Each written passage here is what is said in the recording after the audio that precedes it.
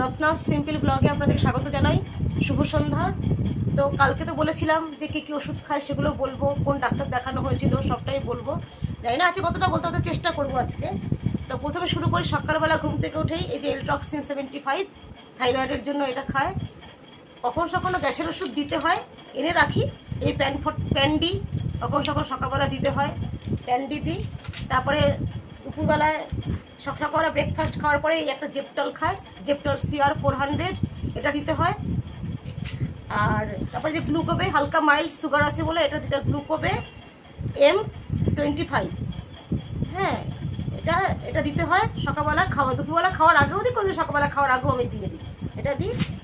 আর main ওষুধ হচ্ছে রাত্রিবেলায়, আর যখন খুব চেঁচামেচি করে কুইটিপিন একটা 100 দিই, আর বেশি চেঁচামেচি করলে 2খানা দিতে হয়, তখন কন্ট্রোল আনার জন্য 2টো দিতে হয়।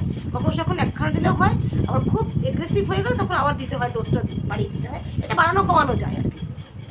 আর এই যে ডোনেপ 10, এটা রাত্রিবেলায় খাওয়ার পরে একটা, এটা বেড টাইম। আর এই যে ওনা 5, এটাও ঘুমের ওষুধ, এটাও রাত্রিবেলায় বেড টাইম খাওয়ার আগে, এটা খাওয়ার পরেই আমি দিই। ডাক্তাররা খাওয়ার আগে বলে, ও তো ঘুমায় অনেক দেরি করে, এটা খাওয়ার পরেই দিয়ে দিই। আর এই যে এটা হচ্ছে নিরাটেন, এটাও ঘুমের ওষুধ, এটাও রাত্রিবেলায় একটা করে, এগুলো সবই একটা করে। আর এই যে আছে ইকোস্পিন AD 75, এটাও রাত্রিবেলায় একটা করে খেতে হয়।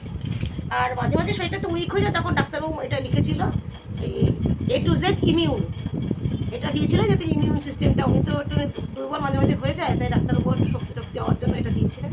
এই কটা ওষুধ আপাতত খান, আবার ডাক্তার দেখানো হবে, চেঞ্জ হলে আবার জানাবো। যদি ভালো লেগে থাকে আমার পাশে থাকবেন, সাবস্ক্রাইব করবেন, লাইক শেয়ার কমেন্ট করবেন। কি জানার থাকলে আমাকে কমেন্ট করে জানবেন, কি ডাক্তার দেখাই কি সব, আরও বৃত্তান্ত ডিটেলসে পরে আরও বলবো আস্তে আস্তে নানা রকম ভিডিওর মাধ্যমে। ততক্ষণের জন্য আপনারা ভালো থাকবেন। শুভরাত্রি।